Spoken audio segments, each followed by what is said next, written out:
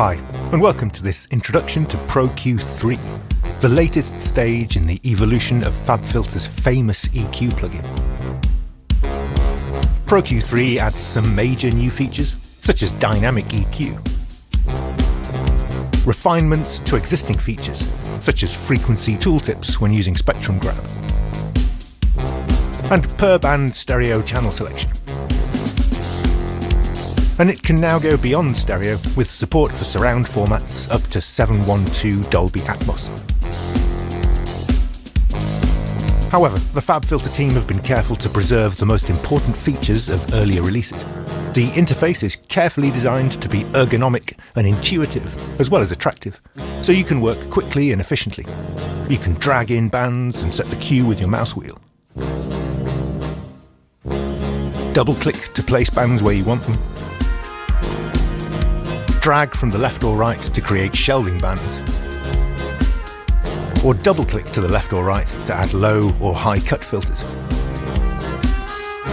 And you can select multiple bands to tweak them together. You can also solo bands to listen to those frequencies in isolation.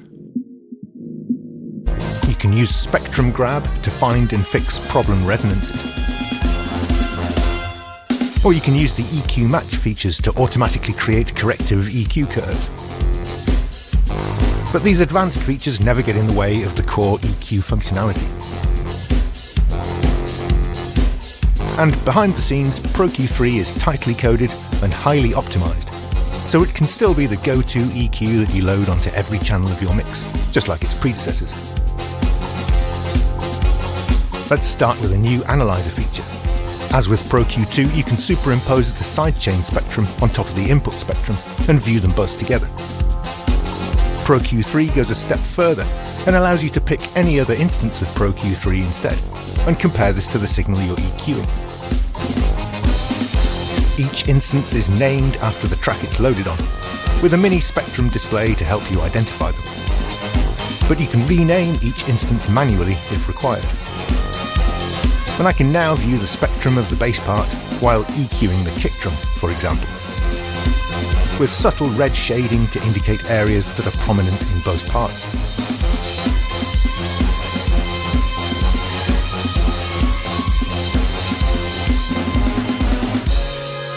Pro Q3 has always been able to do mid-side EQ, but Pro Q3 now allows you to set this per band, so you can EQ the mid or the side with one band, while other bands in the same instance can be set to just the left or right channel.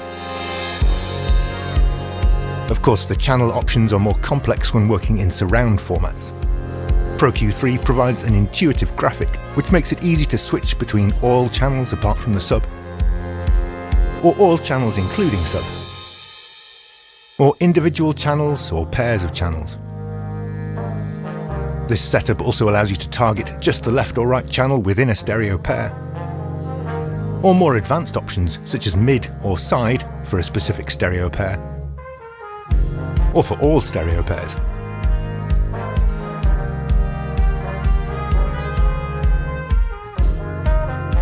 All bands have a choice of slope settings right up to 96 dB per octave. But low and high cut filters can now go even steeper with the new brick wall filters.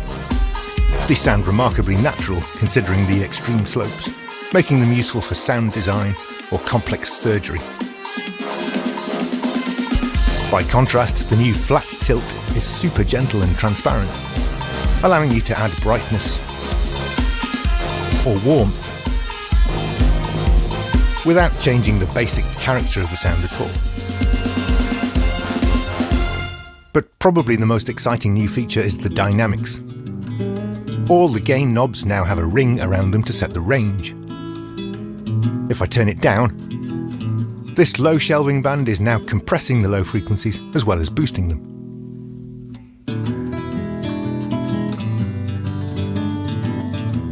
Dynamic bands gain a range handle on the graph, above or below the usual band node, which we can drag up or down to adjust the range.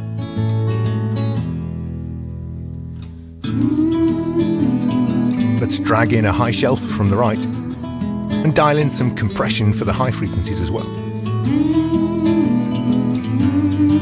I'll also add a bell-shaped band in the lower mids to help clear congestion, but this time with some upward expansion to avoid losing the warmth. The dynamics algorithm is carefully designed to be a fluid extension of the main EQ functions, so attack, release and threshold are set automatically, and all you need to do is dial in the range. The clever Fabfilter algorithms under the hood ensure that in most cases it will just work without fuss and do exactly what you want. He was driving down the road,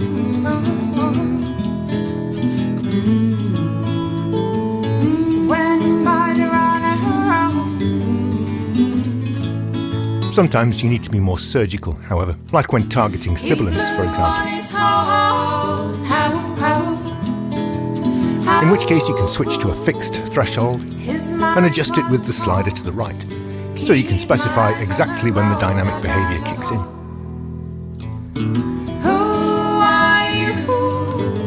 Over to the left we have buttons to clear dynamic behaviour, or to disable the dynamics so you can compare with the static version.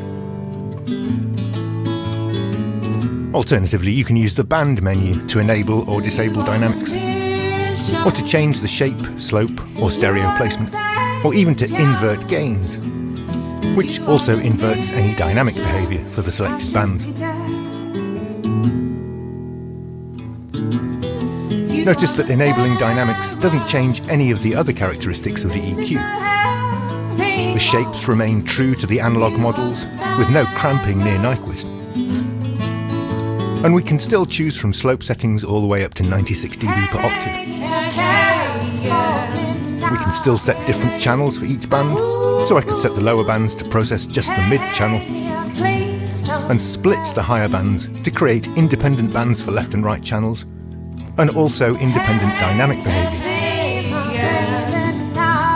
You can even enable dynamics for the tilt filter, or for the new flat tilt filter, and simultaneously compress the low end while expanding the highs, or vice versa. And it will all work fine in natural phase and linear phase modes, as well as zero latency. As before, you can choose from a range of different interface sizes, or you can run full screen mode. You can access the manual via the help menu, or you can enable context-sensitive help hints when you hover over a control. That's all for now. Thanks for watching.